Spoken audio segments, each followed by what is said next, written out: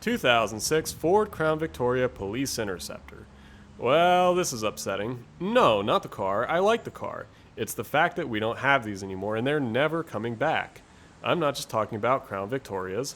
I'm not just talking about Ford Panther body cars. I'm talking about body-on-frame passenger cars as a whole. This car followed the basic formula that defined typical American cars for decades, with its full-size V8 rear-wheel drive and most uniquely its body-on-frame architecture. This was the last traditional American car. The question is, who killed it? Was it the government pushing manufacturers to squeeze their offerings for fuel efficiency? Was it consumers whose tastes in larger vehicles have trended toward SUVs, which offer a higher seating position and more interior space for the same footprint versus a large sedan? Was it the manufacturers who realized that their margins were higher on family SUVs like the Ford Explorer than they were with family sedans like the Crown Victoria, and thus pushed those products harder? The answer is probably that there are elements of all three at work here.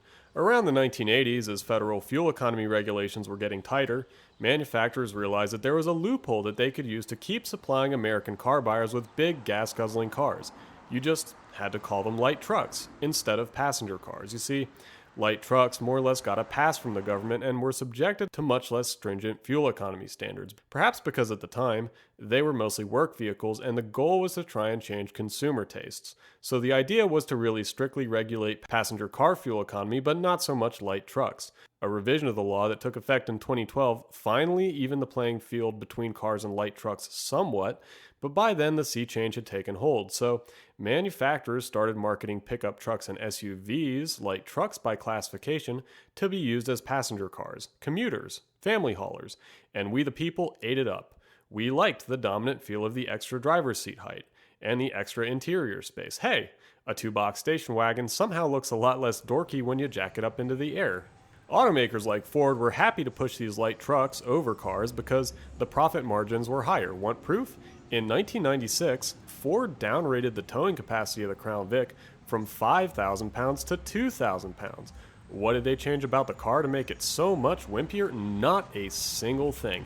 The car was physically the same, but this smoke and mirrors trickery was intended by Ford to convince consumers that to tow anything, you needed to buy an SUV, an Explorer, or an Expedition, because Ford made more money selling those than they made selling a Crown Vic. You don't have quite the same dynamic in other countries. Canadians and Europeans, for instance, are perfectly happy to tow moderate loads with a car because, due to different fuel economy regulations, they were never sold the profitable myth that they couldn't. Now, the Crown Victoria was built on Ford's so-called Panther platform, which initially debuted for 1979, at which point the Ford version of the car was called the Ford LTD. A year later, in 1980, Ford introduced a new, smaller, unibody Ford LTD, which was supposed to eventually replace the Panther-based car entirely. However, Ford continued selling the bigger, older LTD alongside the new one under the name LTD Crown Victoria.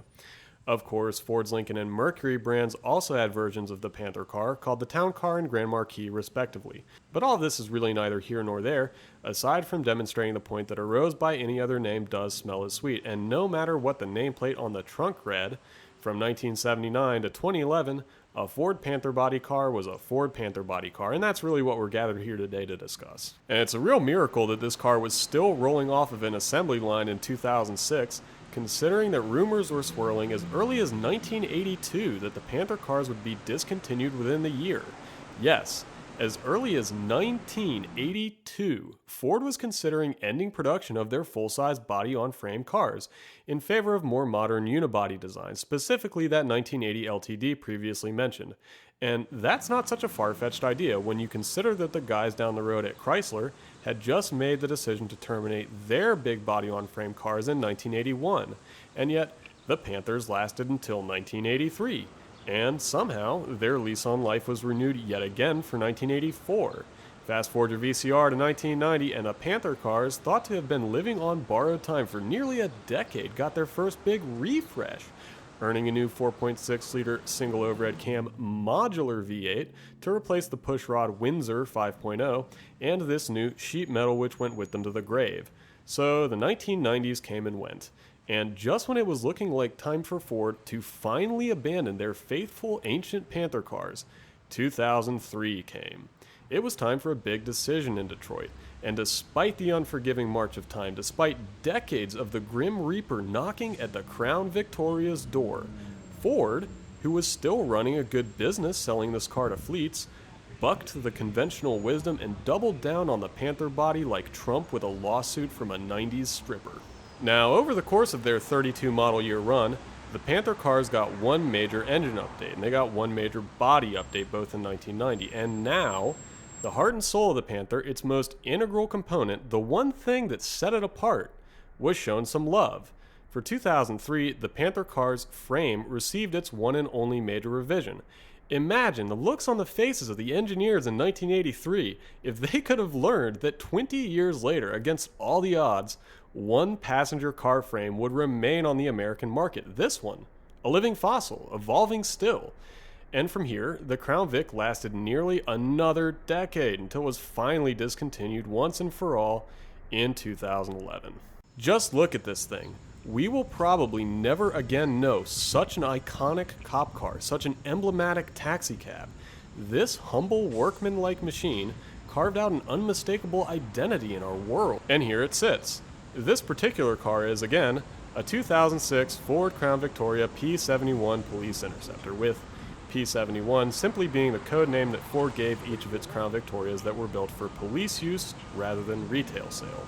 Its profile is immediately recognizable with a long hood, long trunk, and lots of rear overhang. The roofline is pretty formal, and the windows are fairly big for a modern car. The car's edges are generally all rounded, and the overall shape is long, low, and wide.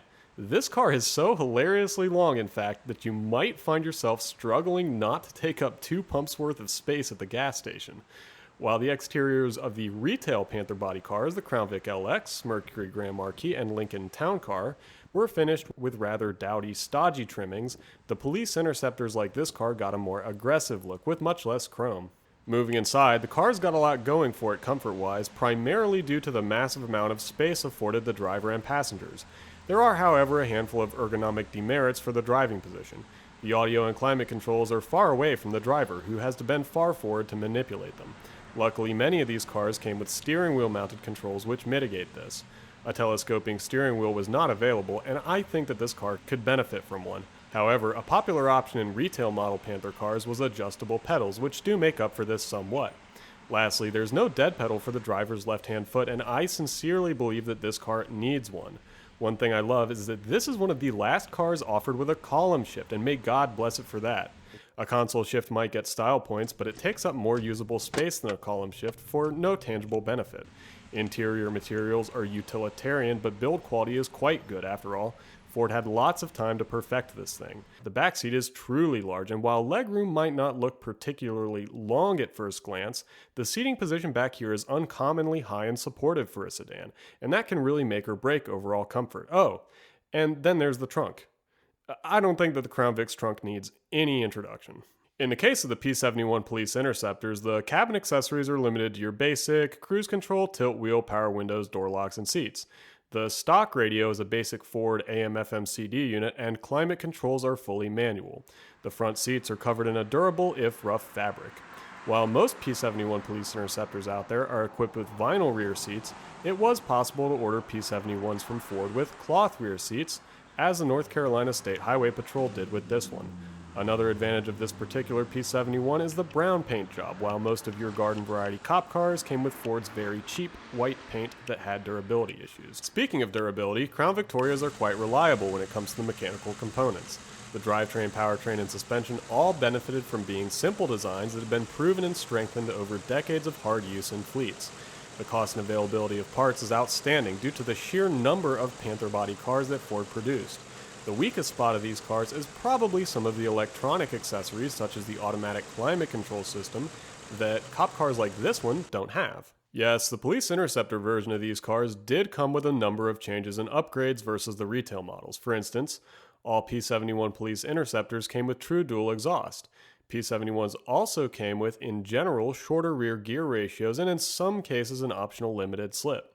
These two mechanical upgrades, along with different engine tuning, account for most of the increased performance of the police Interceptors. Without listing all of the differences between the P71 and its retail cousins, of which there are many, the summary is that the P71 Crown Victorias handle better but have a stiffer ride. They have some durability and performance upgrades, but the interior is austere and doesn't have a lot of features. By the way, these upgrades are especially worthwhile if you can find a P71 that hasn't been rode hard and put away wet. For instance, a detective's car, a fire chief's car, or in the case of this one, a retired low-mileage state highway patrol unit. This car's engine is like no other, and that's due to a combination of two factors. It's number one, a V8, and number two, completely ordinary. That's it. It's a V8 in a car that's not anything special, and that makes it special. 4.6 liters, single overhead cam, 2 valves per cylinder. Good reliability, good vibration and harshness levels. Predictably, the power band is weighted toward lower RPMs. The point of this engine is to use sheer displacement to allow you to cruise effortlessly around town without ever having to wind it out, without ever having to rev it up. The power isn't anything special, but there's always more of it than you need, so you're never left unsatisfied. The transmission performs about like any other American 4-speed automatic of the last 30 years, and its most noteworthy asset is durability. While only having 4 gear ratios is an outdated concept now, I personally don't think that this car is really hurting for more gears from a drivability standpoint. Yes, highway fuel economy might stand to benefit somewhat, and drivers of Panther body cars are just going to have to settle for mediocre gas mileage, but that just comes with the territory. Damn it, Abraham Lincoln and Thomas Edison didn't sail to this country and kick Europe's ass for you to drive a Honda. Now, we mentioned that the Panther car frame got a major overhaul for 2003. That revision included hydroformed frame rails, extensive use of cast aluminum in the chassis, a double wishbone front suspension, rack and pinion steering, and new rear shock absorber geometries. By the way, a Watts linkage had been made standard on the rear suspension several years before this in 1998. These are some serious hardware upgrades, and they represent a perhaps surprisingly large investment by Ford into keeping this beloved dinosaur roaring. This is a state-of-the-art that the body-on-frame American car never seemed destined to attain, but I'm glad that it did, and that by some bizarre twist of fate, we were able to experience this modernized rendition of the traditional full-size American sedan. Because the way a body-on-frame car rides is unlike anything else. Out on the open road, this car, with its full frame, long wheelbase, and high curb weight, glides along with a sense of isolation and substance. In today's car market, only a full-size SUV or pickup matches this sensation. The highway ride might not have the serene, glass-like smoothness of a full-size luxury car, but make no mistake, these are some of the most gratifying cars to take long road trips in. This particular Crown Vic, between its stock P71 suspension and subsequent upgrades done by the previous owner, handles about as tightly as a final generation Panther possibly can. With its stiff suspension, it'll stick to the road in corners and stay stable at admirably high speeds, although I certainly wouldn't call it nimble in tight maneuvering, and there's nothing particularly communicative about the driving experience. While the retail Panther cars tend to have a lot of body lean, that has been dialed out of this particular car as much as possible.